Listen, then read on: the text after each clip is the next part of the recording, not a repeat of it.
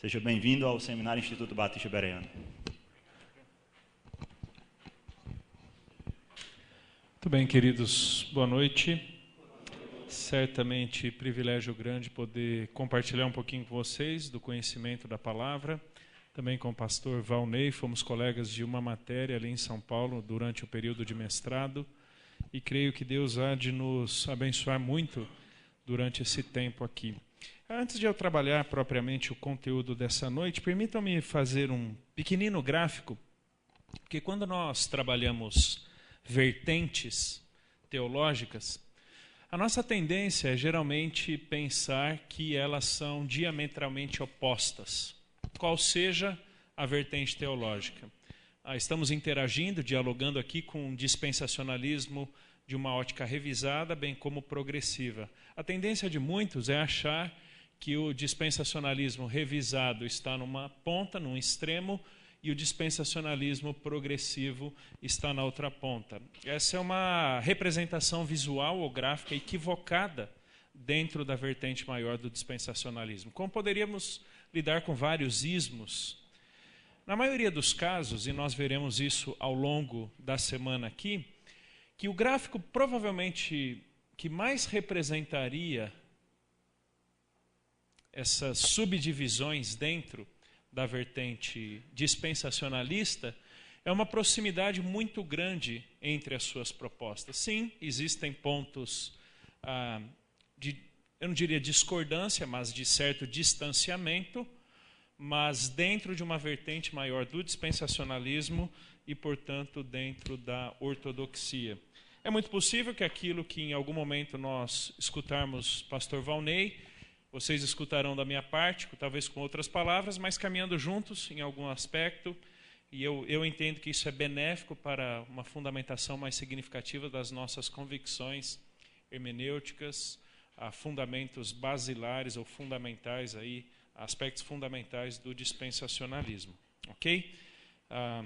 Então, é nessa perspectiva que nós caminharemos. Não é um debate, não é de forma alguma uma desconstrução para uma reconstrução, mas uma afirmação de diversas verdades, eventualmente em perspectivas um pouquinho distintas.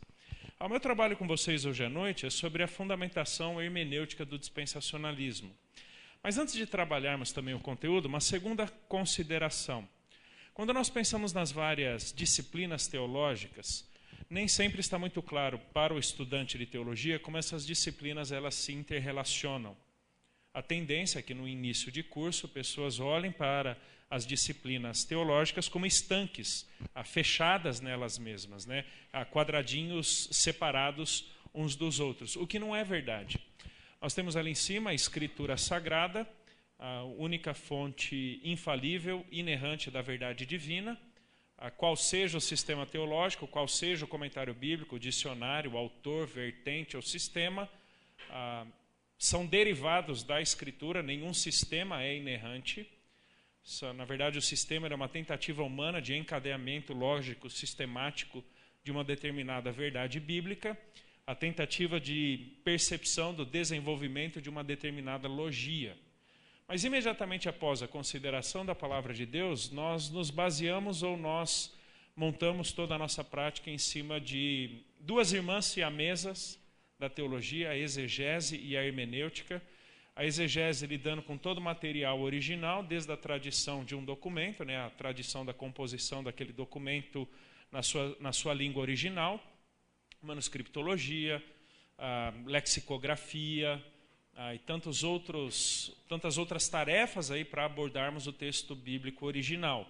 E a hermenêutica, que é basicamente o tratamento da interpretação desse material de um ponto de vista tanto literário, né, a escritura como literatura, e isso requer uma abordagem toda própria, né, bem como princípios gerais da hermenêutica, como interpretação literal, cultural, contextual não apenas nos seus versos anteriores ou posteriores à passagem que estamos lidando, mas eventualmente até no contexto maior de toda a Escritura, né? Uma hermenêutica teológica da Escritura.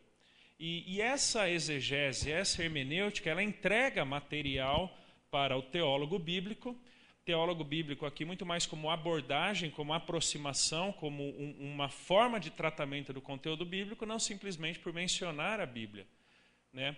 Aquele bom movimento que começou da década de 50, 60 para cá, como movimento de analisar o desenvolvimento da teologia do apóstolo Paulo, né? O corpus paulino, uma teologia do Antigo Testamento, teologia do Novo, teologia petrina, teologia joanina, bem como o desenvolvimento de uma determinada logia da teologia sistemática ao longo de um corpo, né, ao longo de uma unidade de pensamento ou de uma determinada quantidade de material bíblico.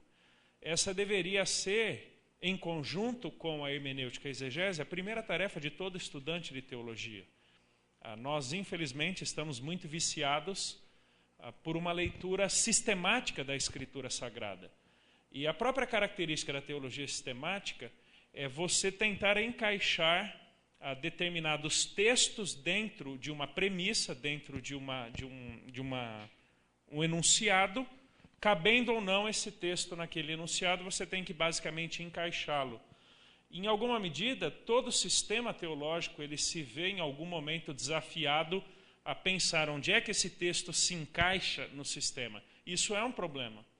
Porque, como sistematização humana, nenhum de nós aqui está acima da crítica, nenhum de nós está acima do erro, e podemos eventualmente forçar a barra em algumas coisas. E qual seja o sistema, ele acaba forçando a barra num ponto ou outro, porque ele precisa encaixar o todo da Escritura. E por mais que sejam muitos os livros de teologia sistemática, não se esqueça que a Bíblia não é um livro de teologia sistemática, tá bom? Ela é uma revelação completa do desígnio de Deus naquilo que Ele quer que conheçamos a respeito desses desígnios. E a nossa tentativa, então, será por meio de temas, por meio das logias, discernir como um determinado dogma é desenvolvido ao longo da Escritura, bem como ao longo da história. Então, ali, paralelamente, nós temos a teologia histórica, em alguns contextos também chamada de teologia dogmática. É interessante que Paul Enns, naquele livro Manual de Teologia Moody, ele coloca o dispensacionalismo, assim como a teologia do pacto e tantas outras, dentro da categoria da teologia dogmática. Para muitos são termos sinônimos, teologia histórica ou teologia dogmática, onde a preocupação da narração dessas teologias é como elas se desenvolveram ao longo da história, né? A Bíblia não é um livro de teologia dispensacionalista. Podemos ter uma abordagem dispensacionalista à teologia, né? Uma lente hermenêutica com determinados pressupostos que então farão sentido para nós, como nós lidamos com os testamentos em termos de continuidades ou descontinuidades, ao desenvolvimento do relacionamento de Deus com o seu povo, a inter-relação das alianças, ali desde Abraão até a nova aliança. Então, a teologia dogmática ela tem por propósito narrar para nós como aquilo que se pensa dentro de um sistema chegou até aquele determinado ponto. Como é que a teologia contribuiu para aquilo, como os teólogos pensaram, contribuíram, onde eles se basearam, que método eles usaram, então, para chegar até aquele ponto da teologia. Aí não é tanto o meu propósito daqui para baixo, mas se pensarmos em termos práticos, né, por exemplo, teologia da educação cristã, uma perspectiva bíblica do valor inerente da vida, né, toda a discussão que temos tido aí no Supremo Tribunal Federal quanto ao aborto, né, seria alguma coisa ali dentro de teologia aplicada. Como é que nós aplicamos a teologia bíblica da antropologia, da criação divina, para essa questão do aborto? E o meu ponto central aqui com vocês é justamente esse pensamento aqui. De que maneira nós abordamos exegeticamente, hermeneuticamente, a Escritura Sagrada, de tal forma a termos um correto discernimento de como devemos olhar para o seu desenvolvimento, olhar para a sua história, a maneira como Deus intervém, a maneira como Deus se revela e então a maneira como nós nos posicionamos ou lidamos com tudo isso daí. Pensando um pequeno esboço para hoje à noite, quero lidar predominantemente com 4 pontos. Uma hermenêutica histórico-gramatical literal, reafirmar algumas coisas que devem ser do conhecimento dos irmãos. Esse ponto eu trabalho predominantemente a partir de um livro que eu escrevi pela Edições Vida Nova dentro de hermenêutica, né, o tema de hermenêutica, que faz parte do curso básico de teologia da Vida Nova. O segundo ponto também, trabalho nesse livro, uma hermenêutica da profecia, embora de uma forma um pouco mais ampla do que propriamente eu tratarei aqui. Uma rapidíssima discussão sobre a abordagem do referente pleno, ou referente plenior, aí do uso do Antigo no Novo Testamento, e algumas percepções de uma hermenêutica tipológica, olhando para alguns exemplos no livro de Hebreus, que é um daqueles livros que fala muito sobre a superioridade de Cristo, aquele que é o sangue da nova aliança. Olharemos muito para esse tema no nosso último tempo juntos ali na quinta-feira. Ok? Quando nós pensamos numa hermenêutica histórico-gramático literal, nós precisamos pensar necessariamente na existência e defender a existência de um sentido autoral original. Existe um sentido original intencionado por Deus que então revela o conteúdo disso ao homem, que inspirado por Deus vem a compor a Escritura Sagrada. Os irmãos devem se lembrar, ali de 2 Timóteo 3,16, que toda a Escritura é inspirada, é soprada, causada, proveniente, originada no próprio Deus. E 2 Pedro capítulo 1 diz que esta profecia, né, e ali Pedro ele está lidando com conteúdos da vida de Jesus, né, aquele momento em que o Pai fala, tu és meu filho amado, em quem eu me comprazo, e Pedro vai dizer que nenhuma profecia provém de particular interpretação, ou particular elucidação ou entendimento, mas homens foram carregados pelo Espírito de Deus de tal forma a trazerem para nós aquilo que Deus desejava que nós tivéssemos. Ou seja, quando nós pensamos no sentido original de um texto, quando nós pensamos no propósito autoral, nós estamos pensando na convergência do propósito de Deus revelado ao homem, garantindo que este homem, então, escrevesse exatamente o que Deus intencionava.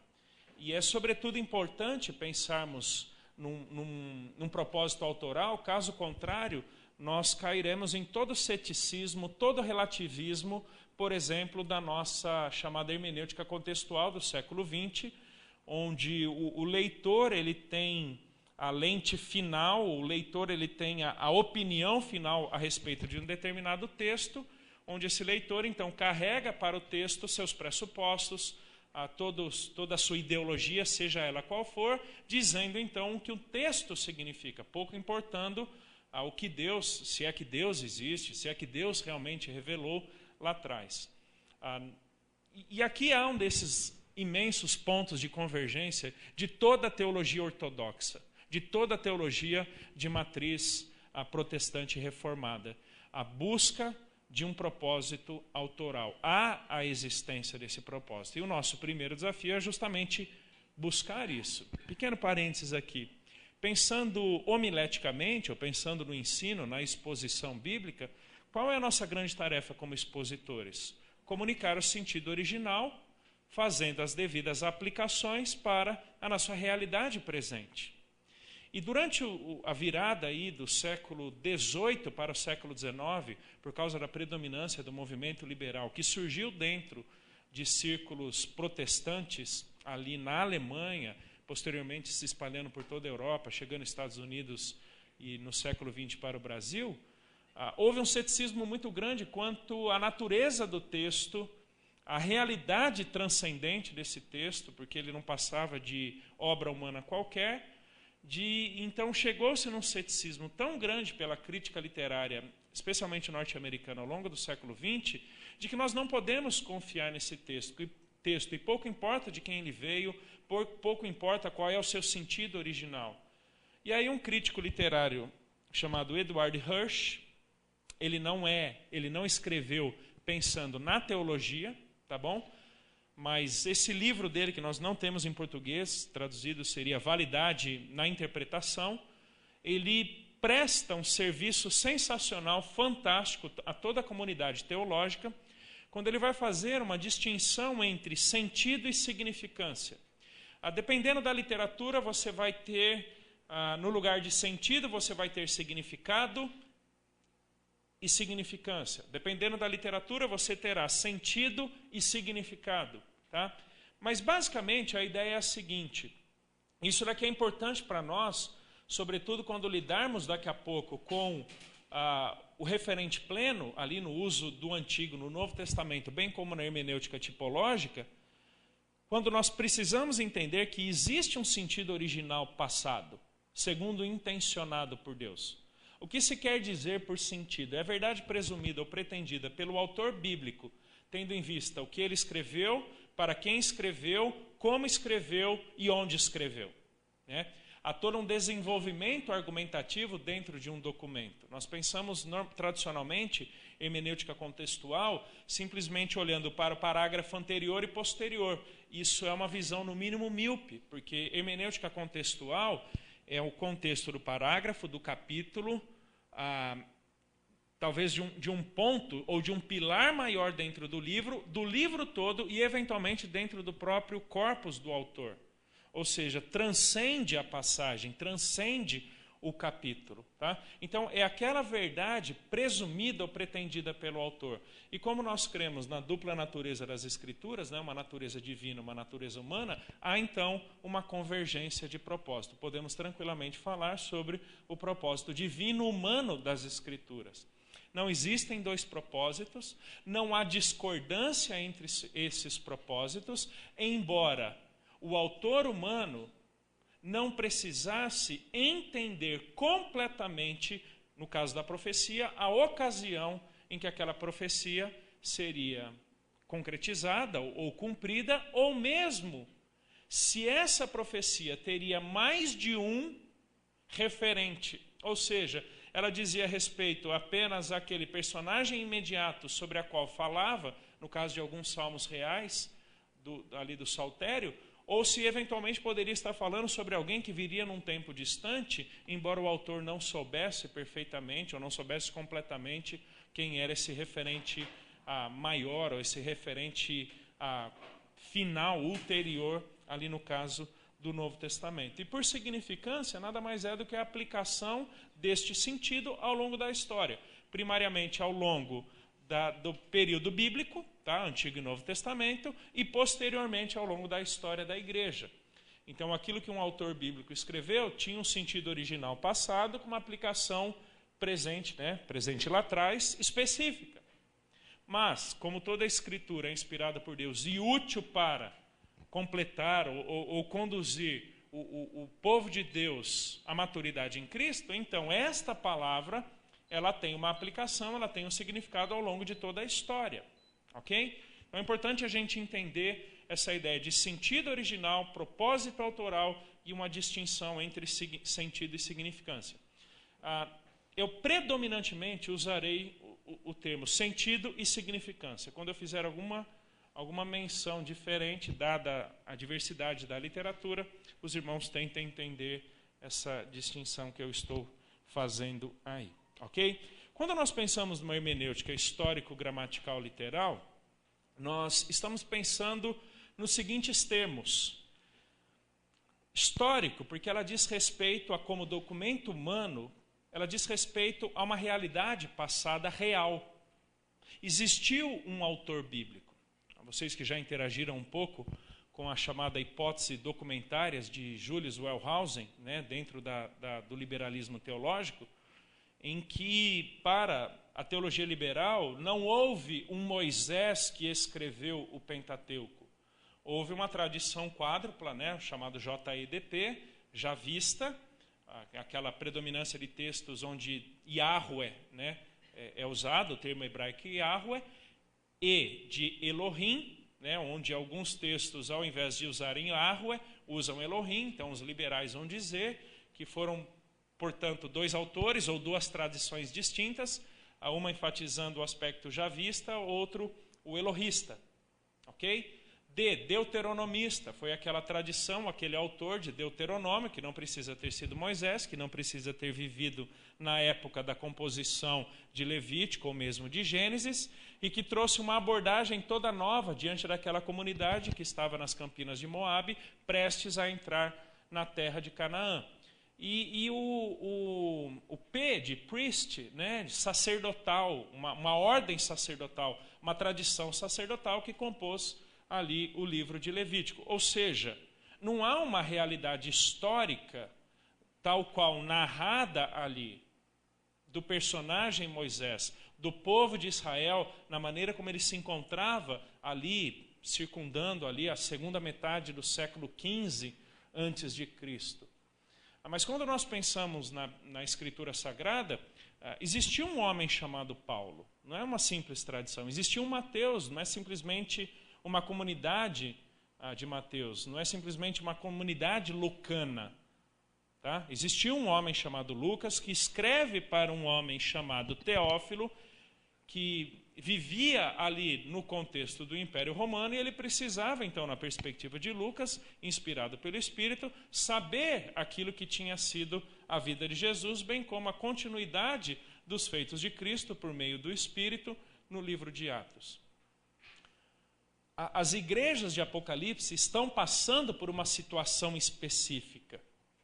Elas podem, eventualmente, ter algum sentido ao longo da história da igreja, podendo representar, eventualmente, períodos ou épocas da história da igreja. Até podem isso.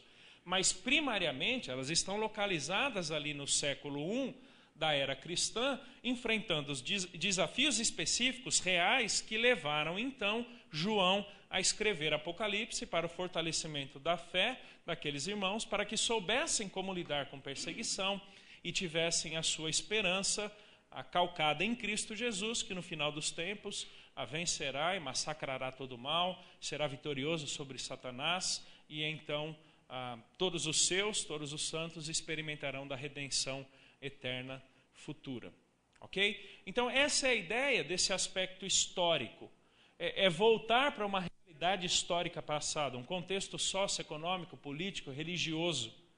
Uma das matérias mais importantes para, especialmente, o estudo do Antigo Testamento é a chamada História do Oriente Médio Antigo.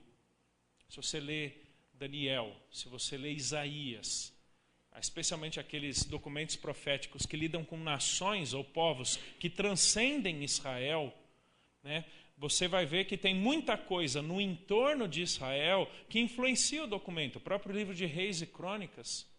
Muitas idas e vindas do povo, muitas guerras, muitos tratados de paz. Quando você estuda toda a metodologia ou a formatação dos tratados de suzerania do Oriente Médio Antigo, você até entende um pouco mais ali o livro de Deuteronômio, porque é que Deus propõe aquele tratado daquela forma. Então, quando nós pensamos no aspecto histórico da hermenêutica, é justamente esse voltar para trás. Uma recomposição de uma realidade histórica passada que já não é tão presente para nós. Infelizmente, as principais hermenêuticas do século XX, elas rompem com esse aspecto histórico. Pouco importa a história passada, o que importa é o significado presente. Aí, como eu costumo dizer, antes do texto significar algo para você aqui, hoje, ele teve um sentido lá atrás. E a nossa primeira tarefa é justamente voltar lá para trás e entender isso. Muitas das profecias, elas foram dadas num contexto histórico passado, embora tenham seus cumprimentos apenas no futuro. As próprias alianças ali do Antigo Testamento, elas foram estabelecidas num momento específico do povo de Israel, ou quando nem existia ainda povo de Israel, no caso de Gênesis 12, ratificado em Gênesis 15. Então, é essa percepção da historicidade do momento em que o texto bíblico é composto, né? Porque ele é escrito. Na literatura teológica, muitas vezes nós vamos encontrar a terminologia ocasião ou circunstância, né? O pano de fundo, né? O background aí do texto bíblico. Então, esse é o aspecto histórico. O aspecto gramatical é que, como livro humano, a Bíblia ela foi escrita por meio de línguas humanas, o grego, o hebraico, o aramaico, que tem uma composição sintática, uma fraseologia, um discurso todo específico. Né? Da década de 70 para cá, a chamada crítica literária da Bíblia tem contribuído muito, né, uma análise literária, ou interpretação literária, que às vezes a palavra crítica ela pode estar muito ligada ao movimento liberal, então talvez não seja a melhor palavra. Mas uma interpretação literária das Escrituras, né?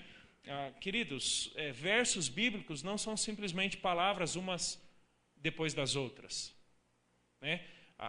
O próprio gênero literário comunica sentido. Por que é que os salmos foram compostos na forma de poesia e não na forma de narrativa? Por que é que os livros históricos são predominantemente narrativos, com certas inserções proféticas, eventualmente poéticas, e não são simplesmente poesia? Então, o gênero, ele também comunica sentido ali. E então, o autor, usando uma mentalidade específica do seu tempo, do seu povo, da sua língua, comunica a verdade de Deus. Na nossa língua portuguesa, uma frase padrão, né, uma oração, uma sentença, é sujeito, verbo, predicado. Na língua grega não é assim. Na língua hebraica não é assim. Você tem um discurso próprio, uma forma de composição, uma forma de subordinação, de conexão da terminologia. Então, na hermenêutica gramatical, nós não estudamos apenas os termos, nós estudamos as relações sintáticas. E, infelizmente, nós brasileiros rompemos com a análise sintática do texto lá no colégio. Lembra que a gente tinha que fazer análise sintática, e alguns aqui provavelmente odiavam essa tarefa, porque tinha que identificar substantivo, adjetivo e tal. Vocês que estão estudando grego e hebraico provavelmente estão aprendendo português agora, né? Estão aprendendo a lidar com a língua portuguesa agora, porque vocês têm que fazer com o grego e o hebraico a análise sintática que muitas vezes nós pulamos na língua portuguesa. Isso é um sério problema. A análise lexical, infelizmente eu vejo que é uma séria tendência no nosso Brasil de fazer exegese em estudo de vocábulo. Estudo de vocábulo é parte da exegese, mas não é sinônimo de exegese como um todo. Tá? Os termos, eles têm significado. Tá?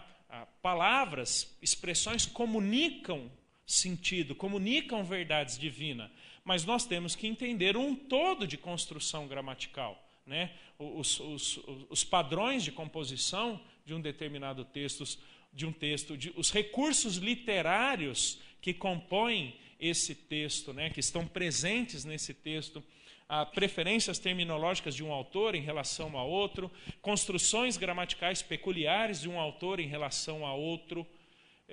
E essa é a análise gramatical, que é sobretudo importante para nós, né? Ninguém pode montar uma teologia num único verso, numa única palavra. Aquilo faz parte de um todo. Nós não trabalhamos de teologia dispensacional simplesmente em cima dos textos que usam a palavra oikonomia.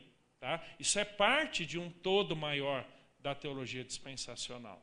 Então, quando nós pensamos na abordagem gramatical da Escritura, a gente não está preocupado apenas com os termos, os conceitos lexicais ali da passagem, mas com a estrutura gramatical, o discurso, a relação dos termos, os padrões e por aí vai.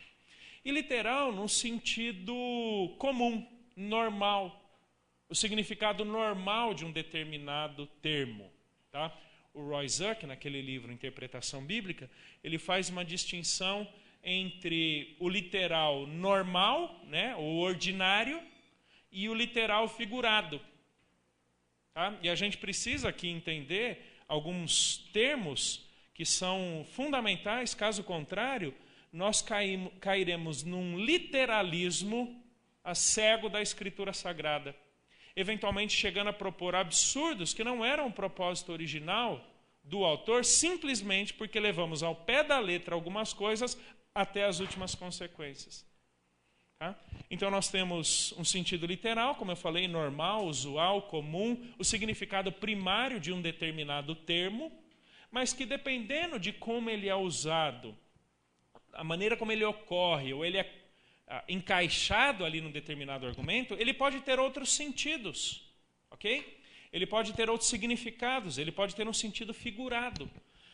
A ideia de figura de linguagem na Bíblia, e nós devemos ter percebido centenas e centenas de figuras, né, A Bíblia é um livro pictórico, né? Ele comunica verdades por meio de imagens. Agora, estas imagens, estas figuras, têm um sentido específico original, passado. Tá?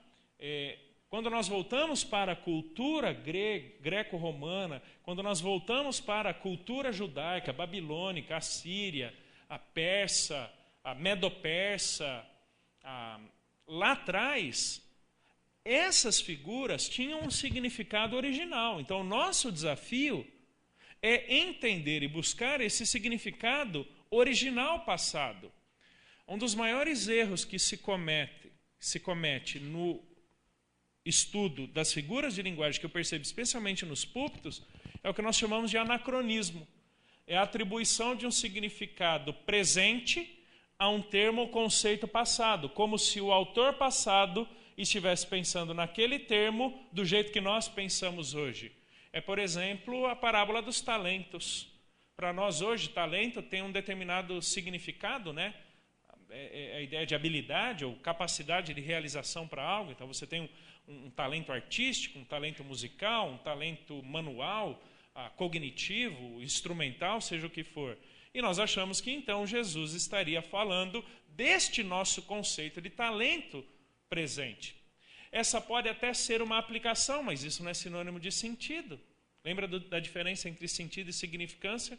Pode até ter alguma significância presente, como nós usamos, mas nós não podemos interpretar ali a parábola dos talentos como se Jesus estivesse atribuindo à palavra talento o mesmo significado que nós temos hoje.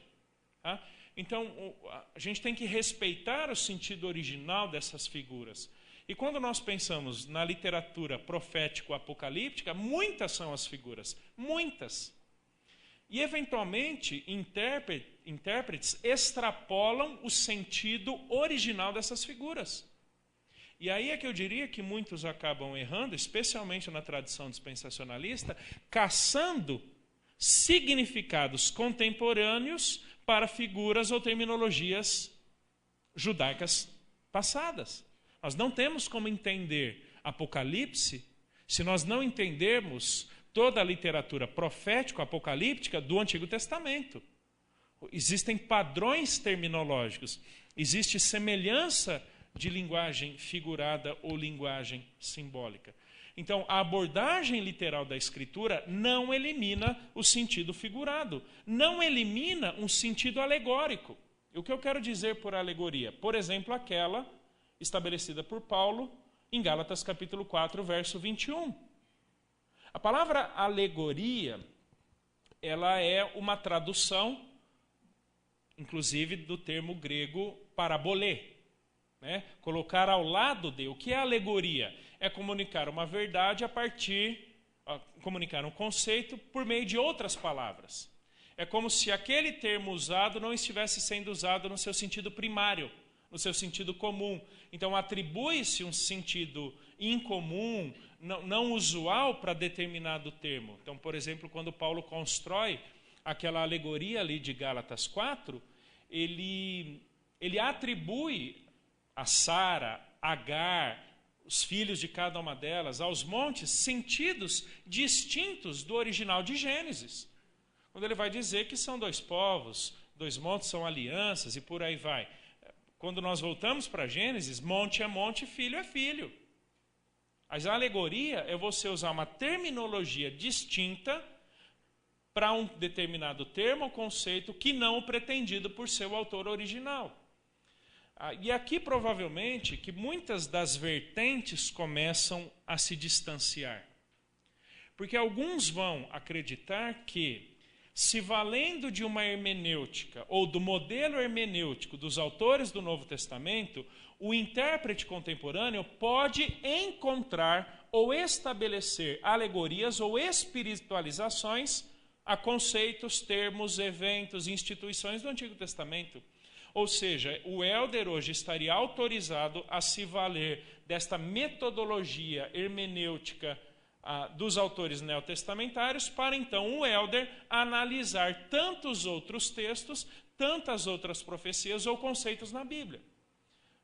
Eu confesso ser bastante fechado a isso, mas muito fechado mesmo, porque há uma diferença do Helder para Paulo. Há uma diferença do Helder para o autor de Hebreus. Há uma diferença do Helder para João e para tantos outros. Tenham eles usado ou não, e há toda uma discussão se eles usaram a escola rabínica do primeiro século para pós-segundo templo, né, para a interpretação do Antigo no Novo Testamento. A diferença é que Paulo estava inspirado, o Helder não está. Por mais que eu tenha e conte com a iluminação do Espírito, por mais que eu conte com o direcionamento do Espírito, que é o maior interessado, que eu compreenda as verdades divinas, ainda assim, eu não sou inspirado, eu não sou isento de erro. Então, por mais que eu entenda uma metodologia neotestamentária de abordagem espiritualizada, tipológica ou alegórica do Antigo Testamento, eu não me sinto tranquilo em seguir esta mesma metodologia. Por quê? Interessante, na literatura que defende e usa muito dessa mecânica, se você tiver lá 4, 5, 10 autores abordando o mesmo texto, com o pressuposto de que podem atribuir sentidos incomuns ou espiritualizados àquele texto do Antigo Testamento, você provavelmente terá 5 ou 10 conclusões, opiniões diferentes. Especialmente se o pressuposto é a tal da hermenêutica cristocêntrica, onde tenta-se achar Jesus em cada vírgula. E muitos abusos são cometidos aí. Então, muito da divergência ou do distanciamento hermenêutico, e pessoal, não apenas dentro do movimento dispensacionalista, teologia do pacto, teologia da esperança de Jürgen Moltmann, e tantas outras. Lembre-se, dispensacionalismo e teologia do pacto não são as únicas duas percepções das relações de continuidade ou descontinuidade entre os testamentos. Não são as únicas percepções de como se lida com o todo da revelação de Deus. Então, quando nós pensamos numa hermenêutica literal, nós temos que considerar alegorias ou espiritualizações que os autores bíblicos fizeram. Tá? Que naquilo que eu entendo e defendo, não nos vejo capacitados ou direcionados, inspiracionalmente falando, por Deus para fazermos isso. Ok? Um outro significado, né, um outro sentido que nós temos no texto bíblico é o sentido simbólico. O que é o sentido simbólico? Ele é basicamente a materialização de conceitos, o tornar um determinado conceito transcendente, espiritual, eterno, mais palpável. A figura de linguagem, ela basicamente te permite ver o conceito a partir da experiência, né? É por isso que as figuras elas são ligadas ao dia a dia, à vida do povo, à vida social, política, econômica, familiar, né, da agricultura. O símbolo, ele materializa verdades, né? Traz um aspecto mais concreto, como, por exemplo, né, a ceia. A ceia do Senhor, ela usa toda uma terminologia simbólica, né, onde o pão ele simboliza o corpo de Cristo. Ele não é literalmente o corpo de Cristo, mas ele arremete nossa mente a pensar em conceitos que extrapolam o pão, o aspecto material ali do pão, né? E corpo de Cristo não simplesmente o corpo que padeceu ali na cruz, senão a sua vida, o todo da sua vida, nascimento, ensinamentos, exemplo, como Pedro fala, exemplo digno de ser seguido, a sua morte e a sua ressurreição. Então isso é uma linguagem simbólica. A literatura profético-apocalíptica tem muito de simbologia, muito, que nós temos que entender então que materialização de conceitos é essa e que conceitos são esses que foram usados ali no contexto bíblico. E, por fim, tipologia, né? Eventos, instituições, pessoas, coisas reais, historicamente pontuadas no Antigo Testamento, mas que ganham um antítipo, né? um correspondente neotestamentário, que ganha um para quem apontava além da história ali no passado. E daqui a pouquinho eu chego, então, nesse aspecto tipológico. Então, quando quando nós pensamos numa hermenêutica histórico-gramatical literal, o que nós estamos falando resumidamente?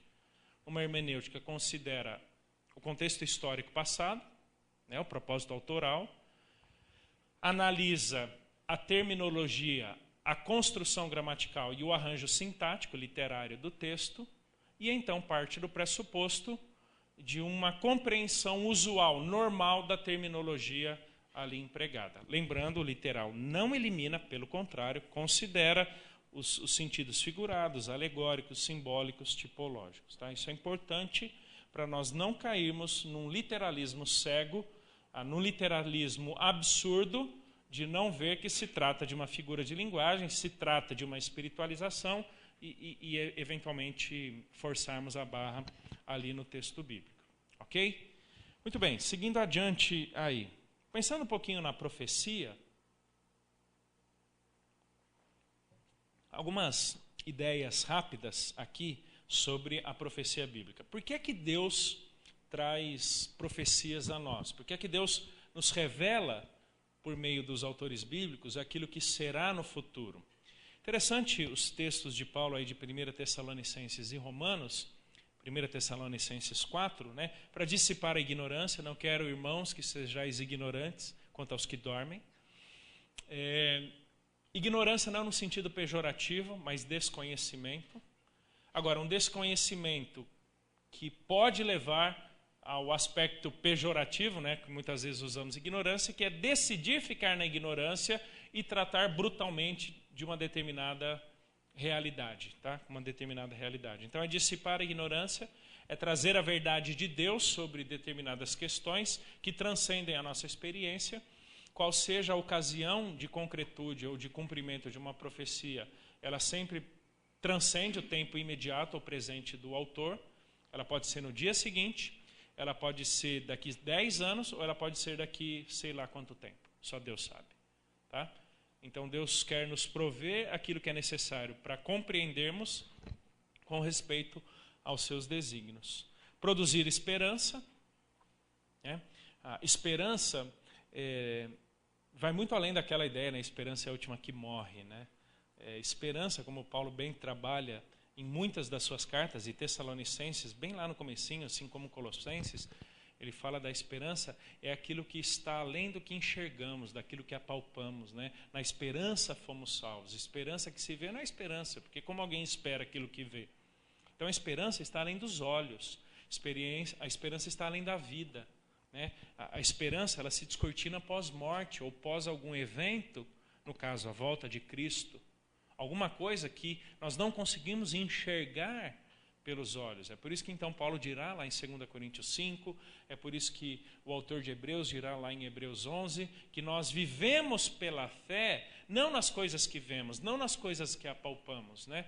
Porque nós vivemos pela fé na certeza de que quem prometeu, que é Deus, por meio daquilo que ele prometeu, que é a sua palavra, certamente acontecerá. Tá? Então nós temos a certeza disso. Então a profecia ela é para produzir esperança, é levar os olhos do povo de Deus para além daquele momento, para além daquela experiência. E quando nós pensamos em Apocalipse, não tenho a pretensão de trabalhar as 4 escolas principais ali de interpretação de Apocalipse, mas fato é que todas as 4, né, preterista, historicista, futurista, idealista, concordam que o livro de Apocalipse foi escrito para produzir esperança, assegurar o povo de Deus de que haverá um fim, que Deus está invariavelmente, inexoravelmente conduzindo toda a história para o culminar da glorificação do seu Filho e da eternidade com Ele. O povo de Deus com o Cordeiro e o Leão. Então essa esperança é justamente para nos assegurar que, embora não saibamos o futuro, não saibamos o momento, nós temos a certeza nas mãos de quem nós estamos, no caso Deus. Né? E prover consolo, com isso há o consolo, né? A tranquilidade, a consolo, basicamente, é interessante que o termo grego, né, é puxar no canto e falar ao coração, né? É ministrar ao coração de alguém. Não é criando uma ataraxia, né? uma incapacidade de ser afetado pelas circunstâncias adversas. Isso não é consolo, mas é a certeza de que não importa pelo que venhamos a passar, temos a certeza de que com Deus passaremos por aquilo. Isso nos consola, isso nos tranquiliza, isso nos dá paz, né? No mundo, passamos por aflições, tenham bom ânimo, eu venci o mundo. Ou seja, o fato de eu ter vencido o mundo não livrará vocês de aflições, mas fiquem tranquilos que eu já venci tudo isso. Então essa é a ideia de consolo. 1 Tessalonicenses 5, vigilância, né? A vida desperta, alerta, né? A vigilância no sentido de percepção de que a qualquer momento alguma coisa pode acontecer, né? Prover consolo e edificação. E Romanos 13, concordando até com muito do texto de Daniel, capítulo 12, incentivar, desafiar a santidade. É aquela vida pronta diante do seu Senhor, porque Ele um dia virá, Ele voltará e temos que estar preparados segundo Ele planejou para nós, né? Então a profecia ela serve muito ao propósito de desafiar o povo de Deus à santidade. Tanto é que Apocalipse, né, quem são esses? São aqueles que tiveram suas roupas lavadas pelo sangue do Cordeiro, ou seja, são santos, são puros diante do seu Senhor. E essa profecia bíblica, ela tem vários aspectos, né? Eu quero mencionar, na verdade, 3 deles. Quanto ao tempo de cumprimento, essas profecias elas podem ser de curtíssimo prazo, tá? Imediatamente depois, ali 1, 2, 3 dias, né? De curto prazo, em algum momento um pouquinho mais adiante, médio prazo, ou de longo prazo. Virá lá na frente, quando Isaías profetiza, 800 anos antes, ele não sabia quando viria o Messias, né? Quando ali os cânticos do servo sofredor de Isaías, ele fala que virá, ele fala que executará um sacrifício expiatório, mas ele não está preocupado em pontuar especificamente.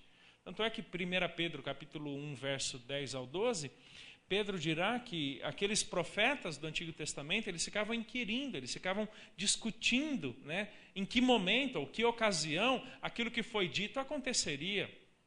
Você pega Daniel, quando Daniel, lendo Jeremias, chega à conclusão que acabou. Então era alguma coisa que aconteceria lá na frente, que num determinado momento acontece.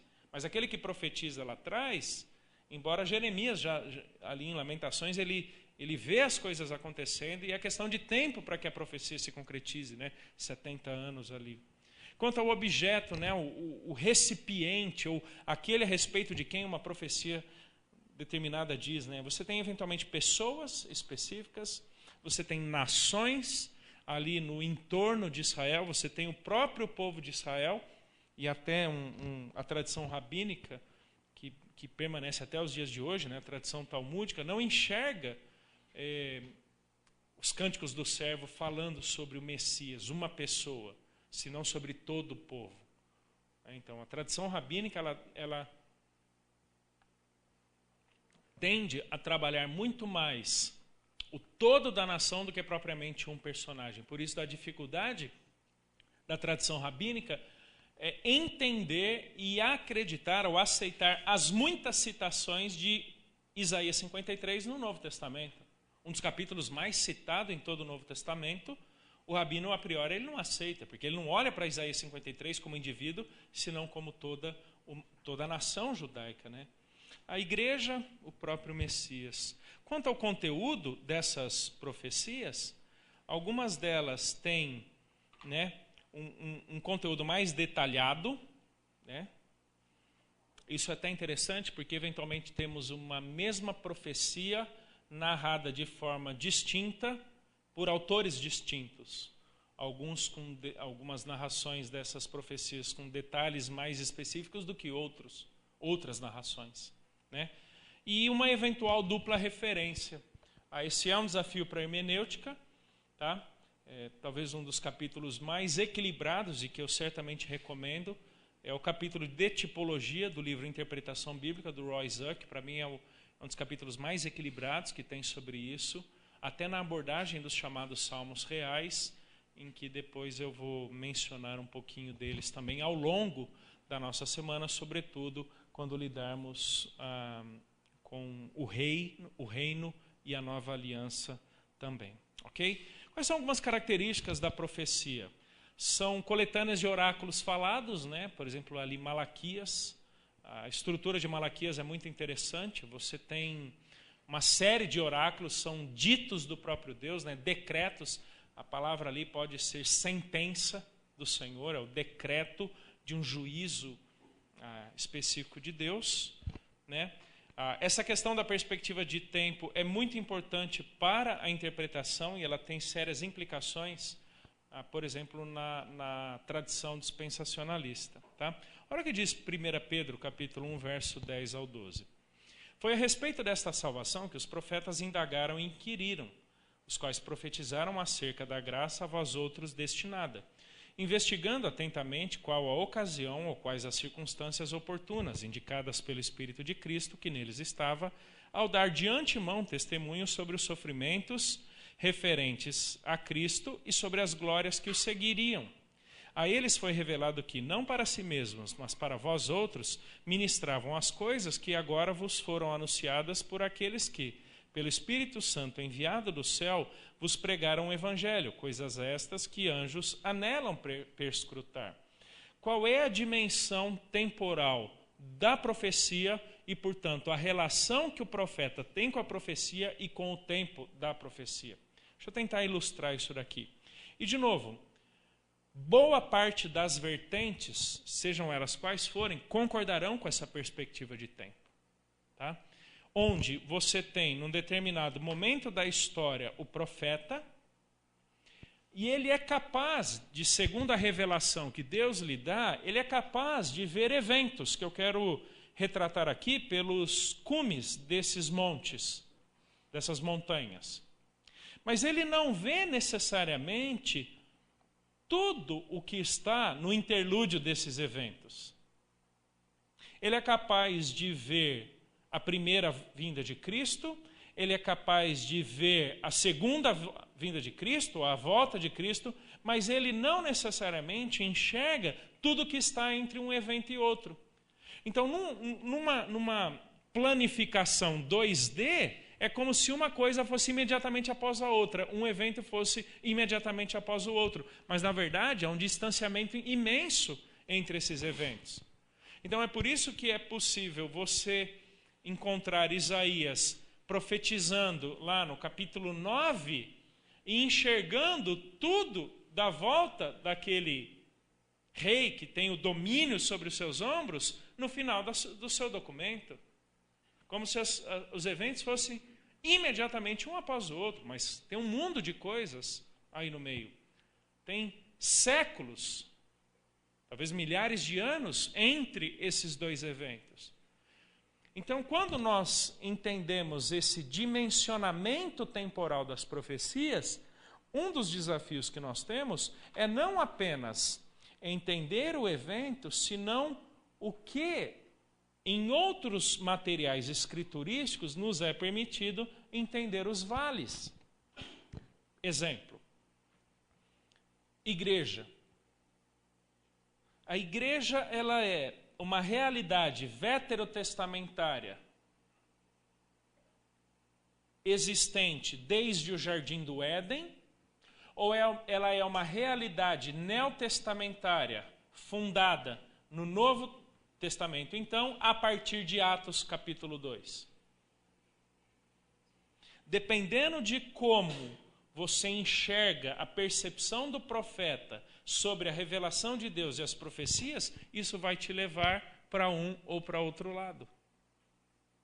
O profeta, ele vê eventos maiores, ele vê o cume das montanhas, sem necessariamente detalhar ou enxergar ou sequer saber o conteúdo dos vales. É por isso, e nós trabalharemos com isso amanhã, é por isso que por diversas vezes o Novo Testamento trará a expressão mistério. Mistério não é simplesmente coisa não revelada. Tá? Porque existem coisas que nunca serão reveladas e continuam sendo mistério. São verdades reais ainda não manifestas. Algumas dessas verdades reais, porém não manifestas, sequer foram conhecidas, profetizadas, explicadas ou previstas no Antigo Testamento, como, por exemplo, no que eu entendo, a igreja. A igreja é uma novidade. Isso nos leva, inclusive, a entender que nós não lemos o Antigo Testamento a priori pela ótica do Novo Testamento. Sim, vamos considerar o Novo Testamento num determinado momento, mas a priori leremos o Antigo pelo Antigo e então, tipologicamente, profeticamente, seja o que for, o Novo Testamento. Caso contrário, nós vamos forçar a barra colocando todo o Novo dentro do Antigo. Como alguns vão dizer, né? Todo o Novo está escondido no Antigo. É por isso que não existe, então, a percepção de que a igreja seja uma novidade, porque ela já estava presente lá atrás. Então, essa percepção da relação do profeta com o tempo, com os eventos, com as informações que tem, são muito importantes para nós. E quando nós pensamos na profecia cristológica, dois aspectos importantes aqui para nós.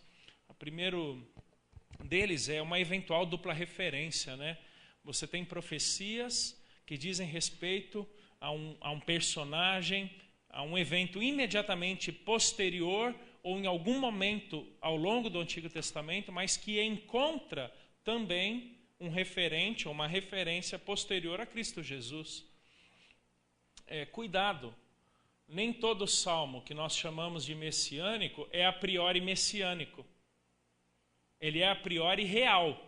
Ele diz respeito ao rei.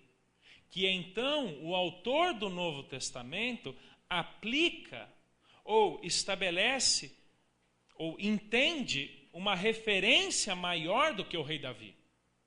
Tá? Daqui a pouco eu chego nesse aspecto aí do chamado referente pleno. Tá? Mas ele diz primeiro a respeito de Davi, ou de Salomão, seja quem for. E lá na frente, então, ele aplica-se a um outro personagem chamado Jesus. Tá? E um outro aspecto importante das profecias cristológicas é que o padrão de cumprimento das profecias da primeira vinda nos ajudam a entender ou esperar o cumprimento de outras profecias ou da segunda vinda, sejam quais forem essas profecias ainda por se cumprir. Ou seja, a priori não temos por que achar que elas foram cumpridas espiritualmente. Ok? Que elas foram cumpridas corporativamente pela igreja. A priori não temos razões para pensar nisso. Tá? Assim como foi um cumprimento literal, temporal, específico na primeira vinda, assim será com tantas outras profecias no futuro. Ok? Isso é bastante importante aqui para a gente entender também. Ok? Muito bem, queridos, essa é a questão aí da hermenêutica histórico-gramatical literal, hermenêutica de profecia, e agora então eu quero chegar um pouquinho numa análise de um elemento só, tá bom? Existe um mundo, e tem sido muito legal, o quanto a literatura, o quanto a teologia tem discutido sobre o uso do Antigo no Novo Testamento. Né? Eu quero trazer um aspecto específico, talvez conheçamos uma vertente mais católica, ali do início do século XX, né? O chamado sensus plenior, e eu quero agora falar um pouquinho do referente pleno, ou também referente plenior. Tá? O que é isso? O Darrell Bock ele vai propor esse livro, na verdade essa série toda, né, a série do Counterpoints, ela é muito boa, tem uma obra específica ali da Zondervan, né, sobre o uso do Antigo no Novo, né, 3 perspectivas sobre o uso do Novo Testamento no Antigo Testamento, onde o Darrell Bock ele vai propor a seguinte ideia, né, que eu quero chamar de referente pleno. Há um único sentido, porém com múltiplos contextos e referentes. Juntamente dele temos o Roy Zuck, temos o Elliot Johnson, temos também Norman Geisler, e um que defendia muito no Brasil enquanto vivo era o Carlos Oswaldo, antigo reitor do SBPV, instituição que hoje eu dirijo ali em Atibaia.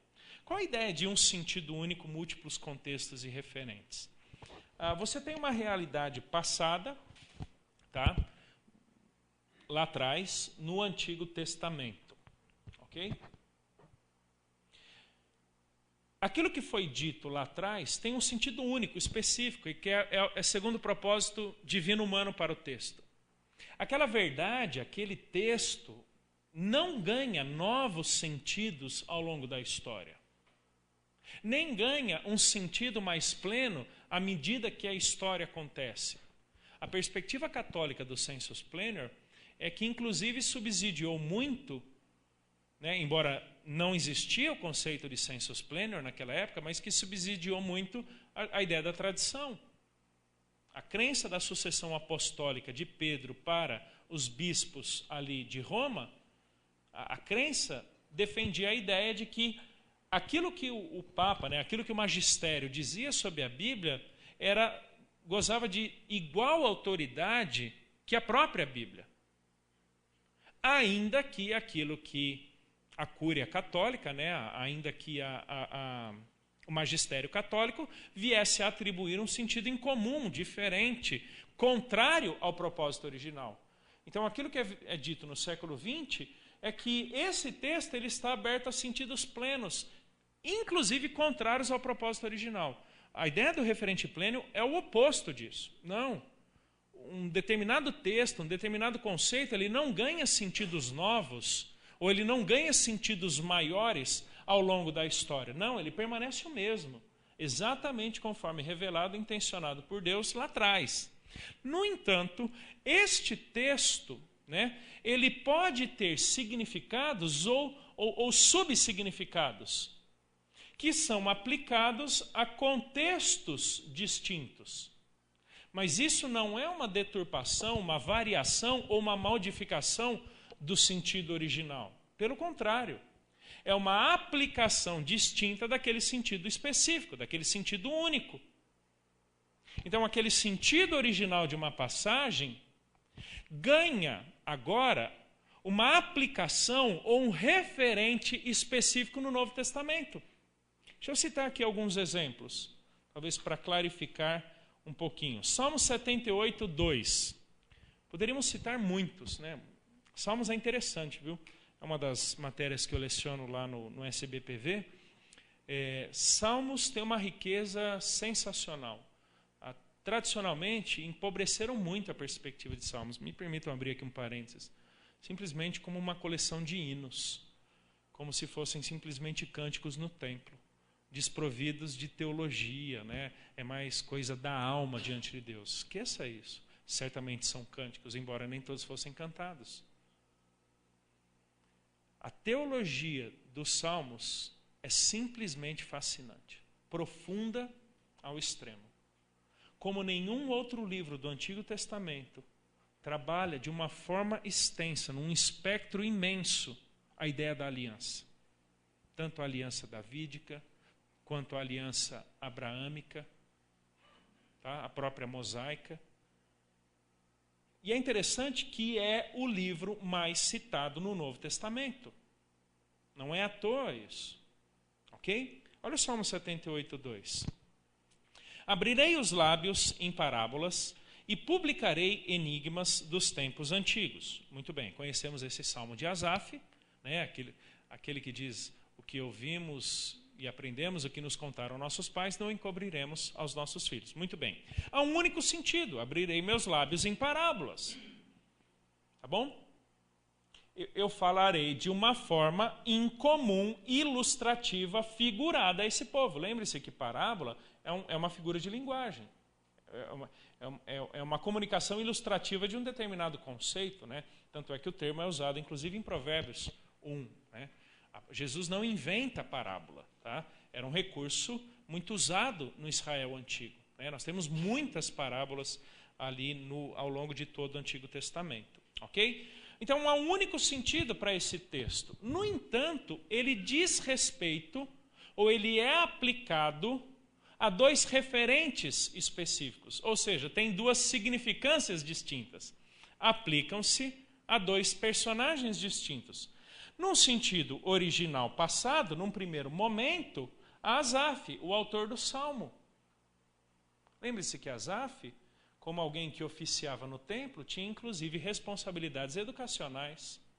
Então Deus quer usar Asaf para ensinar o povo de Deus.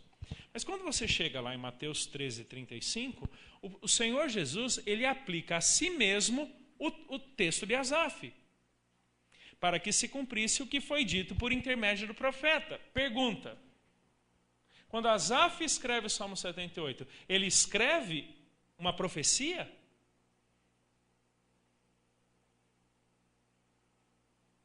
Ele está profetizando? Ou ele está falando, inclusive, da sua experiência pessoal no templo de ensino do povo de Deus? Lembre-se que essa era uma responsabilidade do levita. Mas Jesus pega daquela passagem e diz que, enfim, encontrou um referente pleno. O referente ulterior, ou final. Isso não quer dizer que quando Asaf escreveu, aquele texto não tivesse um significado primário, ou não dissesse respeito a ele. Mas na soberania de Deus, e daqui a pouco eu lido com esse conceito, numa perspectiva macrocanônica, né? Na perspectiva do todo da revelação, o próprio Deus já havia estabelecido que em algum momento lá na frente, aquele texto encontraria um outro referente, e então se fecharia no seu sentido. Essa é a ideia do referente pleno. Então, muitos textos do Antigo Testamento no Novo Testamento, né, muitos usos do Antigo no Novo, não são novos significados. Não são sentidos maiores de um significado antigo. São aplicações específicas, especialmente aqueles textos de conteúdo cristológico, ao referente, este sim, novo. Que o próprio Deus organiza e arquiteta tudo para que aconteça exatamente segundo ele havia intencionado. Um outro exemplo. Salmo 16:10. Pois não deixarás a minha alma na morte, nem permitirás que o teu santo veja corrupção. Qual é o sentido? Original, passado, específico, que permanece o mesmo para todo sempre, ao longo de toda a Escritura? Alma na morte. Ok? Morrer. Quando Davi escreve isso, e você deve se lembrar que muitos dos salmos de Davi falam da iminência da perseguição ou iminência da morte causada por seus inimigos. Né? Davi ele está sendo perseguido a todo momento. Tem sempre alguém querendo matar Davi. Tanto é que ele, como homem de guerra que era, ele alastra muito do território ali de Israel, e ele é chamado de homem de sangue. Lembra que é por isso que Deus o impede de construir o templo? E é seu filho, Salomão, num período de paz, que vem então a construir. Né? Então, a qualquer momento, Davi está morrendo. A qualquer momento, ele pode morrer prematuramente e deixar de vivenciar tudo que Deus havia comunicado ali para ele, né? Feito Davi entender ou saber. Então, a preocupação de Davi, quando ele escreve isso, é que Deus não permitiria que ele morresse prematuramente. Mas quando você chega lá em Atos, na pregação de Pedro, ali em Jerusalém, ele usa esse texto de Davi e aplica a quem?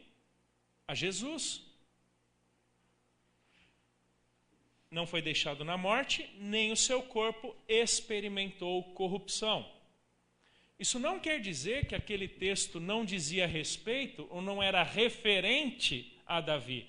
Era referente a Davi. Mas tem um significado implícito ali que aguardava, segundo o plano soberano de Deus, né, o macro canônico, a Escritura como um todo, aguardando o Senhor Jesus ali na plenitude dos tempos. Então, quando este Jesus vem e morre e ressuscita, lembre-se que nesse ponto da pregação de Pedro, o argumento é o da ressurreição. Quando chega no ponto da ressurreição, tal qual Deus fez com Davi, não permitindo que tivesse uma morte prematura, assim Deus fez com Jesus, não permitindo que o seu corpo ficasse morto, permanecesse na morte e experimentasse a corrupção no sentido de putrefação. E Deus, então, o ressuscita. Tem aplicações distintas, mas o sentido é exatamente o mesmo. Então, quando nós olhamos para muito do uso do Antigo no Novo Testamento, muito dessa abordagem muito dessa análise deve ser feita pela ótica do referente pleno. Um sentido original passado, mas com aplicações distintas, encontrando referentes específicos. Um, que era eventualmente o próprio autor, o personagem imediatamente depois, e posteriormente, na maioria das vezes, o próprio Senhor Jesus. Ok? Incentivo muito os irmãos lerem esse artigo do Tiago Abdala. Tiago Abdala é um professor nosso ali no Palavra da Vida, ex-aluno nosso também, no site do Teologia Brasileira, sobre o referente pleno. Tá? Vale muito a pena a leitura desse material aí pelos irmãos. E por fim, tipologia. Tá? O que é tipologia? Em que consiste uma hermenêutica tipológica? Tá? Quais são alguns tipos existentes na Escritura? Né? Quando o Ariel me passou os temas, era uma ênfase especial de como nós olhamos para o Antigo Testamento. Né? Nós temos eventos, temos coisas, temos pessoas e temos instituições ao longo de todo o Antigo Testamento. E eventualmente, nós olhamos o Novo Testamento e enxergamos em algumas passagens o autor do Novo Testamento olhando lá para trás e dizendo, o autor, ou o próprio Jesus, como a serpente foi levantada no deserto, assim o Filho do Homem será no madeiro.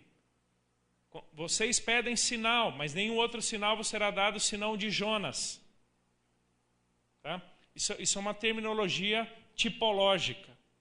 Tá? Olhando para eventos, né? Por exemplo, o deserto. O deserto é um tipo. Agora, quando eu disser tipo ou antítipo, isso não quer dizer que não haja uma historicidade real do texto passado. Um dos grandes problemas da alegoria, ou eventualmente de algumas abordagens tipológicas do Antigo Testamento, é que esses intérpretes negligenciam, menosprezam ou não consideram a historicidade do texto antigo.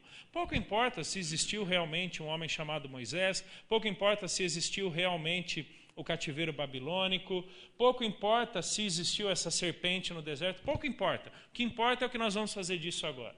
Isso é um erro, tá bom?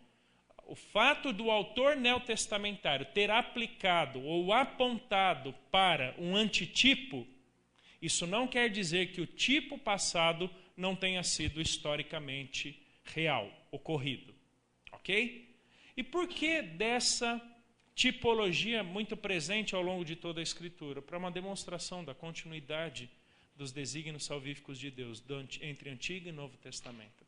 É interessante que a tipologia, corretamente interpretada, é uma das demonstrações da continuidade do plano de Deus. A tradição dispensacionalista tem uma tendência maior à descontinuidade e, eventualmente, negligenciando alguns pontos em que ela deveria haver certa continuidade. E a tipologia, para mim, é uma dessas continuidades que devemos considerar. Né? O mesmo Deus que redimiu Israel lá atrás, preste atenção, que é claro que a salvação, né, a cura que a serpente trouxe no deserto, não é exatamente a mesma que Cristo traz pela morte e ressurreição dele. Mas demonstra, exemplifica, existem pontos de semelhança. E essa é a ideia da tipologia. Como é que o Novo Testamento constrói essa ideia? E eu vou quase que fazer um estudo de caso teológico aqui, onde eu vou trabalhar muito do livro de Hebreus, da carta, eu ia falar da carta de Paulo aos Hebreus, mas eu vou deixar quieto. Muito da carta de Hebreus, né? Quase com esse estudo de caso. Como é que Hebreus, e Hebreus tem muita tipologia, né? Como é que Hebreus constrói a ideia de tipologia? E Paulo aqui em Coríntios também. Qual é a terminologia teológica ligada à tipologia? 1 Coríntios 10, 6. Ora, estas coisas se tornaram exemplos, tipos, para nós, a fim de que não cobicemos as coisas más como eles cobiçaram. 1 Coríntios 10, 11. Estas coisas lhes sobrevieram como exemplos, típicos, e foram escritas para advertência nossa, de nós outros, sobre quem os fins dos séculos têm chegado. Já volto para aí. Hebreus 8, 5. Os quais ministraram em figura, hipodeigmate. outro termo, hipodeigma, né? Aqui declinado. E sombra, esquia das coisas celestes, assim como foi Moisés divinamente instruído quando estava para construir o tabernáculo. Pois diz ele, vê que faças todas as coisas de acordo com o modelo, tipon, que te foi mostrado no monte. Então, qual é a terminologia teológica ligada ao tipo, a essa figura veterotestamentária, a esse evento? Hipodeigma, esquia, tipon e típicos. Muito bem. O que é o antitipo? O antitipo, ele é basicamente o correspondente posterior, o para quem, segundo a revelação completa de Deus, né, macro-canônica aqui, depois eu lido um pouquinho mais com isso, mostro aqui um diagrama. Deus revela ou permite que isso aconteça lá atrás, mas aponta para uma realidade que transcende aquilo. E acontece lá no Novo Testamento. A serpente no deserto aconteceu, ela foi real. Mas chega no Novo, Jesus olha para trás e diz, assim como foi lá, assim será aqui. Essa é a ideia da tipologia. Você tem um tipo, que é a ilustração lá atrás, e você tem um antítipo, que é o correspondente posterior. O para quem, nessa revelação macrocanônica, o para quem apontava, mas o tempo aguardava a manifestação. Hebreus 9, 24. Porque Cristo não entrou em santuário feito por mãos, figura, antítipa do verdadeiro, porém no mesmo céu, para comparecer agora por nós diante de Deus. 1 Pedro 3, 21, a qual, figurando, antítipon, o batismo, agora também vos salva, não sendo a remoção da imundícia da carne, mas a indagação de uma boa consciência para com Deus por meio da ressurreição de Jesus. Essa é a ideia de tipo e antítipo. Tipo lá atrás, antítipo correspondente lá na frente. Ok?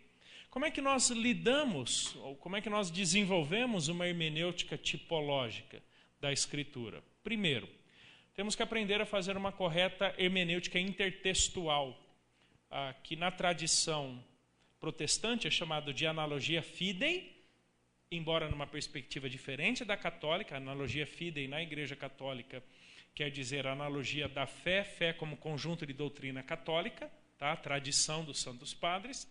Na tradição protestante é sinônimo de analogia à Escritura, né? O todo da Escritura. Então nós precisamos discernir o todo da Escritura. Intertextualidade quer dizer basicamente o seguinte: pela completa harmonia do todo do conteúdo da Escritura, a Bíblia é a sua melhor intérprete. Tá? Ela tem o conteúdo e os parâmetros suficientes ou necessários para a sua própria interpretação. Com muita sinceridade, irmãos, o nosso desafio como intérpretes, como exegetas, é não impor nada que seja estranho à Escritura. Nenhum conceito, nenhuma mentalidade, nenhuma abordagem que seja estranha à Escritura Sagrada. É olhar para como os autores analisam, como eles interpretam, e nos contentarmos com aquilo que eles disseram. Nos basearmos naquilo que eles disseram, sem impor uma mentalidade estranha, uma abordagem incomum ao texto bíblico. Tá? Aqui entra dentro da intertextual um resquício, embora talvez eu não desenvolveria tanto nesse ponto, né? Uma passagem precisa ser interpretada considerando os demais ensinamentos das Escrituras, um resquício de uma abordagem ou de uma interpretação teológica das Escrituras, né? Embora a Bíblia não seja um livro de teologia sistemática, nenhum ensinamento pode estar em desacordo, em desarmonia com o todo do ensinamento da Escritura Sagrada. Tá? E essa intertextualidade que me ajuda a interpretar corretamente. E um dos erros mais comuns que eu vejo pessoas praticando na hermenêutica tipológica é que então, olha que loucura, mas eu já vi isso acontecendo e infelizmente isso é real. Assim como Jesus disse que e ele volta e fala da serpente, pessoas vão buscar todas as ocorrências da palavra serpente na Bíblia para agora interpretar aquilo à luz de Jesus. Você entendeu onde que vai dar isso? Você lembra, inclusive, que a antiga serpente é Satanás. E isso daí é exegese de chave bíblica. Tá? O que é exegese de chave bíblica? O indivíduo pega lá um termo, todas as ocorrências na Bíblia e acha que tudo diz respeito àquele termo. Isso não funciona. Cuidado com chave bíblica, tá bom? Cuidado. Chave bíblica é muito bom. Estudar cada passagem que você busca estabelecer ou não conexões com determinado conceito é muito importante. E no meu livro de hermenêutica eu trabalho quase com um capítulo sobre hermenêutica intertextual, onde eu faço uma distinção entre uma intertextualidade lexical, né, ocorrência do mesmo termo, mas uma intertextualidade conceitual, que eventualmente não aparece o mesmo termo, mas lida com o mesmo conceito. Tá? Isso é importante, até para nós não brutalizarmos alguns textos bíblicos juntando coisas que não tem nada a ver. Tá? Então, é importante essa análise de um texto dentro dos demais ensinamentos da Escritura. Tá? Interpretarmos um determinado tipo, uma determinada referência à luz do todo da Escritura. E aqui chegamos, então, numa hermenêutica macrocanônica. O que eu quero dizer por estrutura macrocanônica? Tá? A macrocanônica, resumidamente, é o todo da revelação de Deus, Antigo e Novo Testamento. Você tem aqui uma metanarrativa, tá? Que transcende o texto bíblico, que nós não sabemos qual é, porque Deus não nos revelou. Tá bom? O que nós temos no texto é o que Deus quer que saibamos, mas não é tudo que existe. Senão Deus e a história poderiam ser contidos num livro, logo esse livro seria Deus, o que não é. Então existe uma metanarrativa, existe um mistério, o oculto, né? Os decretos soberanos de Deus. Oculto, não no sentido de ocultismo, tá? Mas, por exemplo, aqui é o bom uso de Deuteronômio 29 e 29, né? As coisas ocultas pertencem ao Senhor. Você sabe quais são as coisas ocultas? Ninguém sabe. Porque se você soubesse, ela já não seria oculta. Tá? Ela seria revelada. Né? São coisas que só Deus sabe. São coisas que Deus não quis nos trazer. Ok? E aí você tem, então, a Escritura Sagrada, que é aquilo que foi revelado no Antigo Testamento. Galá, Apocalipto, no grego, ou Faneró, aquilo que foi manifesto, que foi desvendado a nós, tanto o Antigo quanto o Novo Testamento, dentro desse grande escopo que nós conhecemos como a história da redenção. Ok? Então, eventualmente, você tem conceitos, eventos, coisas, pessoas, instituições do Antigo Testamento que transcendem para o Novo. Algumas delas não. Algumas delas são novas, como, por exemplo, a igreja, especificamente no Novo Testamento. Então, não há nenhuma tipologia aplicada à igreja. A igreja não é antítipo de nada. Ok? A igreja não é antítipo de algum evento, instituição ou conceito. Nós não podemos falar da Assembleia dos Anciãos, ali do Antigo Testamento, como sinônimo de igreja veterotestamentária. Isso não faz sentido nenhum. Porque você não encontra nenhum autor neotestamentário fazendo essa aplicação. Você não encontra nenhum autor neotestamentário dizendo que a igreja é o correspondente ou referente pleno de algo passado. Tá? Então, quando nós pensamos numa interpretação tipológica, a gente está olhando para quê? Um tipo, um exemplo, uma ilustração, um modelo. O tabernáculo, o templo, o santo dos santos, o véu do santuário. Agora, preste atenção. Quais são os cuidados nessa hermenêutica tipológica? Restrinja-se aos pontos de semelhança, contrastes ou comparações. Eu tenho muita dificuldade quando pessoas vão para os detalhes do tipo que o autor bíblico não foi. Simplesmente por causa de uma hermenêutica cristocêntrica. Cuidado, por exemplo, com uma análise cristológica de todos os elementos do tabernáculo. Do gancho à cortina, da cortina à bacia, da bacia ao altar. Eu lembro certa vez, ensinando num outro lugar, e um aluno fala, professor, sabia que Jesus estava no tabernáculo? É aquele momento de pergunta que você tenta puxar toda a sua teologia, né? É verdade, Jesus estava no tabernáculo, Hebreus fala. Não, professor, ele estava no gancho da cortina. Eu falei, é mesmo? Fale mais, né? Fale mais. Eu falo, professor, como é que você não sabe? Olhe para mim. Professor, o gancho da cortina era assim. Eu falei, é? Eu falei, o que isso tem a ver? Professor, Mateus 11, 28. Vinde a mim, todos os que estáis cansados e oprimidos. Eu falei, não, rapaz. Você mascou algum cogumelo teológico que te fez mal. Pessoal, isso não é tipologia coisa nenhuma, tá bom? Contente-se com o que o Novo Testamento fala da tipologia. Não estabeleça tipos que os autores neotestamentários não estabeleceram. Sabe por quê? Porque nós cairemos na arbitrariedade. E lembra do que eu falei da alegoria? Nós não estamos inspirados. Então nós temos que ter muitos cuidados nessa hermenêutica tipológica, né? Por exemplo, desconsiderando a historicidade ou sentido original do texto do Antigo Testamento. Pouco importa que foi lá. Não, pouco importa não. Lembra do sentido único com múltiplos contextos ou referentes? Essa é a nossa guia. Um sentido único, específico, lá atrás. Então, pensando nisso, olha como o texto de Hebreus desenvolve ou demonstra para nós uma série de tipologias.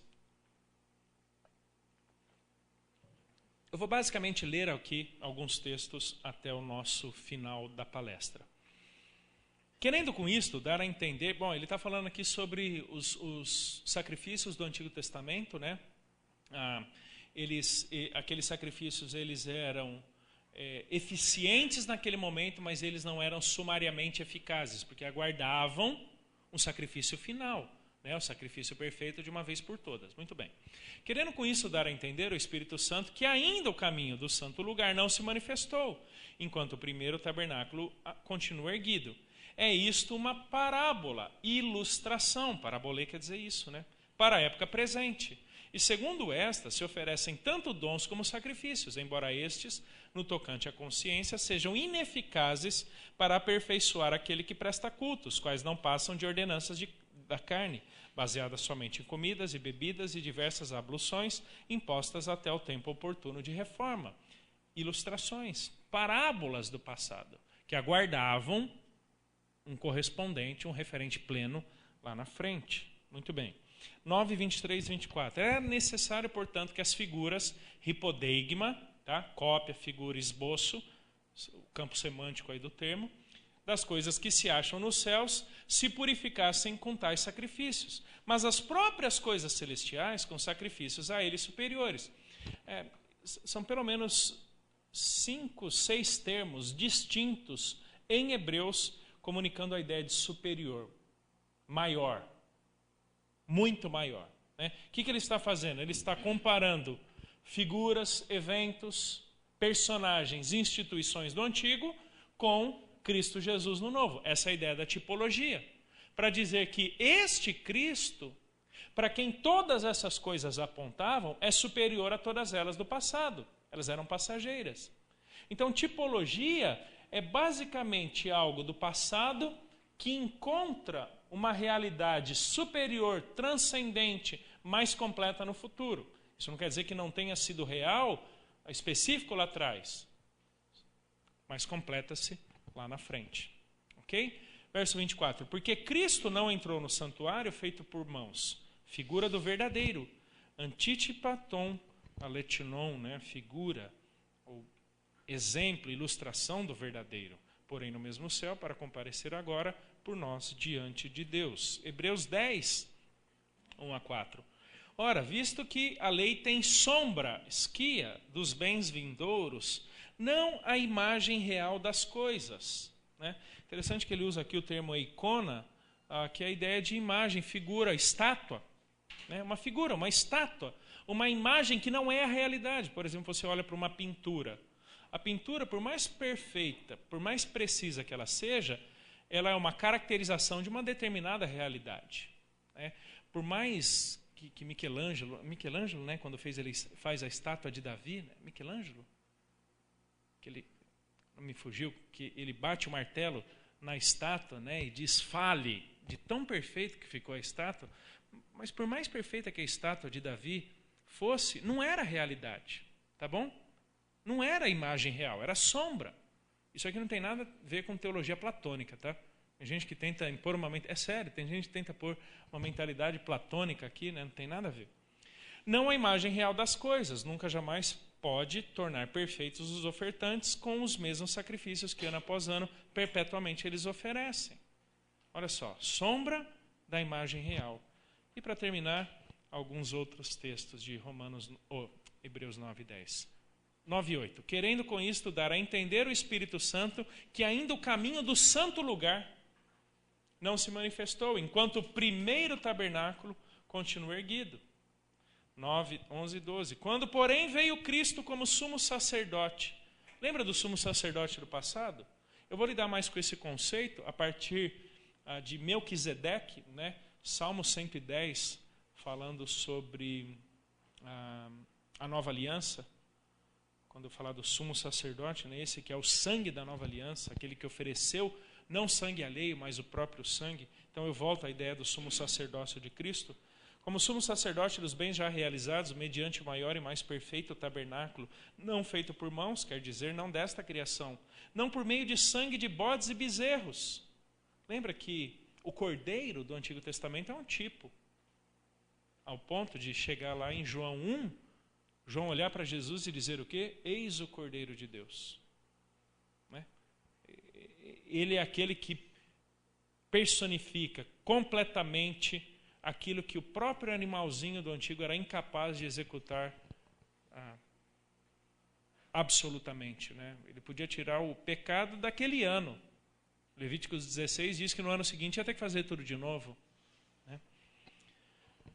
Mas pelo seu próprio sangue entrou no Santo dos Santos, uma vez por todas, tendo obtido eterna redenção. Hebreus 10, 19 e 20. Tendo, pois, irmãos, intrepidez para entrar no Santo dos Santos, pelo sangue de Jesus, pelo novo e vivo caminho que ele nos consagrou pelo véu, isto é, pela sua carne. Lembra do véu?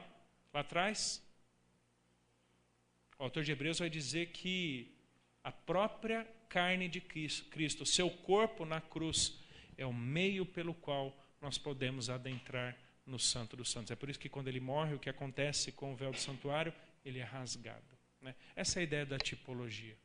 Então, fechando aqui para a gente, nós temos que ter uma abordagem muito equilibrada da tipologia, entendendo que os autores do Novo Testamento atribuíram de tipologia, para não cairmos na alegoria, na espiritualização, atribuindo significados não pretendidos pelo autor bíblico e, com isso, alegorizando, espiritualizando profecias e tantas outras coisas. Ok? Queridos, obrigado pela paciência. Obrigado, pastor. Agora temos um momento para perguntas. Mais uma sabatina aqui para o pastor. Sem gancho, certo? Não. Os irmãos podem desprezar o gancho, já que tivemos uma interpretação muito precisa daquele gancho do tabernáculo. Então, o irmão que desejar iniciar com a fase de perguntas, pode levantar uma de suas mãos. Qualquer coisa, o pastor Pedro pode encerrar a gravação para você fazer sua pergunta, né?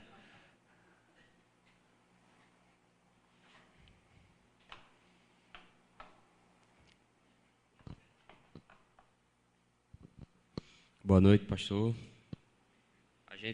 Eu anotei aqui, o senhor falou que essa questão do uso do Antigo Testamento no Novo diz respeito a referentes.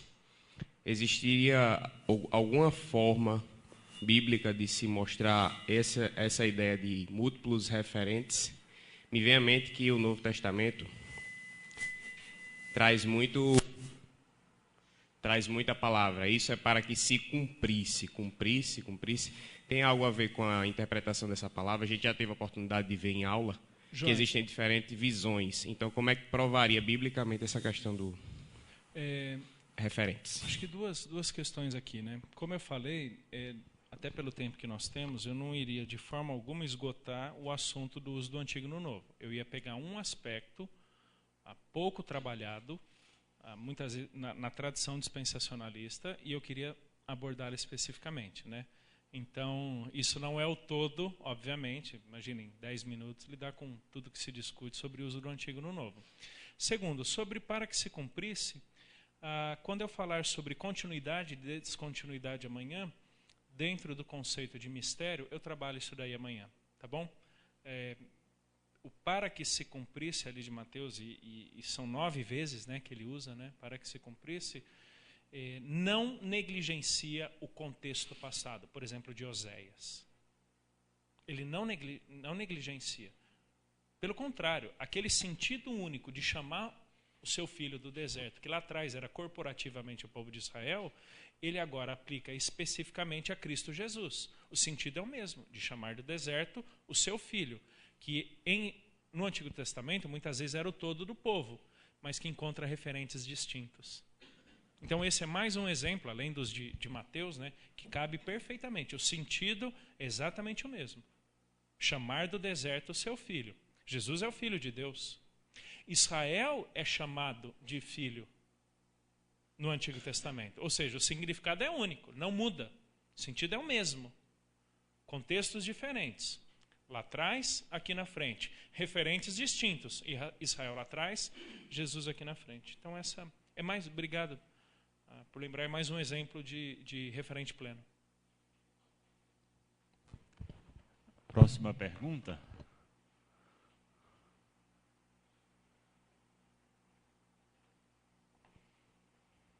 Parece que todos estão esgotados aí. Eu posso fazer algumas para vocês. Ele disse que se acertar pode ganhar o livro, né? Não, ele não falou isso. Eu trouxe alguns. Aí com a parceria com a Vida Nova, eu consegui trazer com desconto de 40% aqui para o evento, direto da editora, aqui para os irmãos. Amanhã eu posso trazer e fala um pouquinho mais depois também. Especificamente para o evento. É um bom livro, então vale a pena investir. Mais alguma pergunta?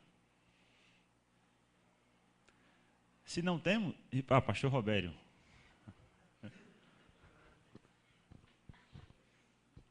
Pastor, boa noite. O senhor poderia elaborar um pouco mais sobre pontos divergentes entre o dispensacionalismo progressivo e o revisado, nessa parte hermenêutica especificamente? Talvez não elaborando muito, mas dando aí alguns lampejos. Por exemplo, na questão da profecia, né? O dispensacionalismo revisado, ele tende a ver aplicações. Mais aplicações do que propriamente cumprimentos. O dispensacionalismo progressivo, ele verá mais cumprimentos do que aplicações. Qual a diferença? Por exemplo, Joel 2, vou até mencionar o dia que nós lidarmos com a nova aliança, né? Por exemplo, o uso que Pedro faz de Joel 2. Aquilo é um cumprimento, aquilo é uma aplicação, se é cumprimento, é pleno ou parcial?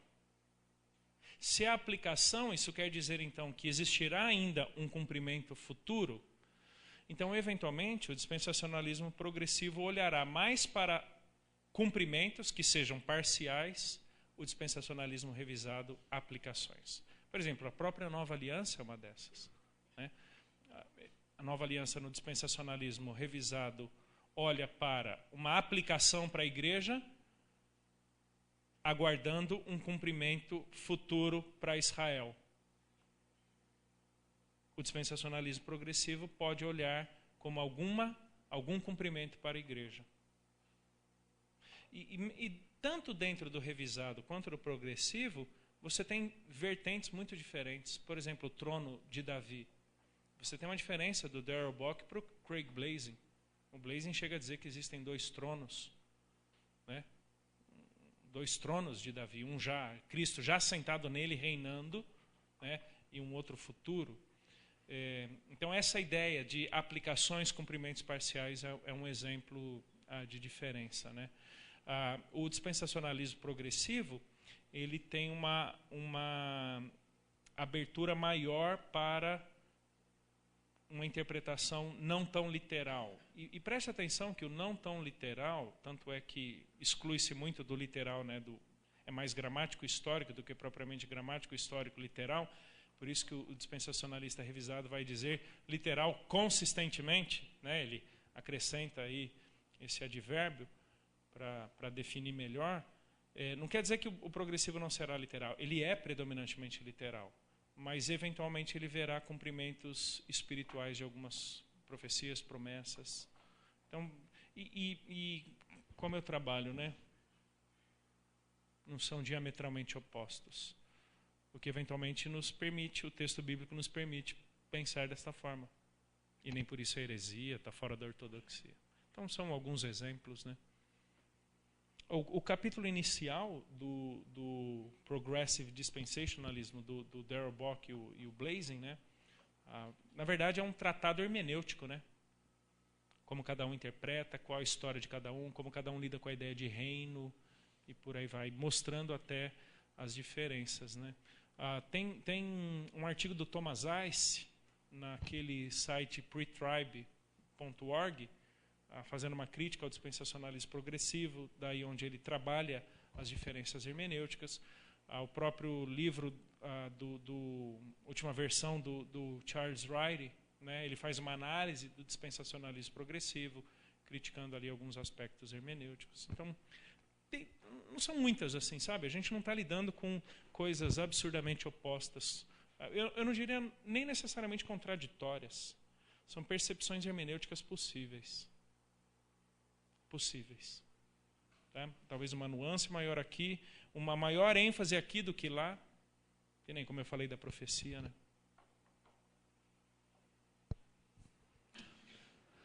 Mais alguma pergunta?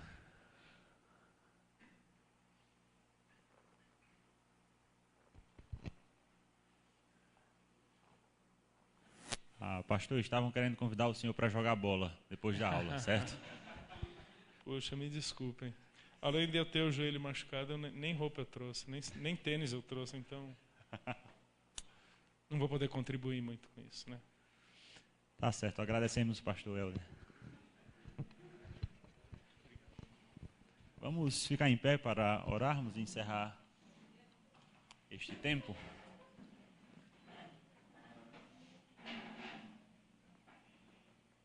Oremos. Senhor, muito obrigado pelo bom tempo de estudo, e o nosso desejo é que o Senhor seja glorificado nestes momentos, por meio do aprendizado, olhos voltados para a sua palavra, um coração sensível à palavra do Senhor e sua vontade, não olhos cegos ou pensando em sistemas, buscando enquadrar a sua palavra em um sistema, mas com o coração sensível àquilo que temos em sua palavra e disposto muitas vezes a observar a verdade bíblica de forma mais apropriada. Nós pedimos que o Senhor seja glorificado em todas estas coisas, para o louvor e glória do teu nome, e em nome de Jesus que nós oramos. Amém. Boa noite a todos. Amanhã, às 8 horas, voltaremos com o pastor Helder, com o tópico sine qua non do dispensacionalismo. Deus abençoe.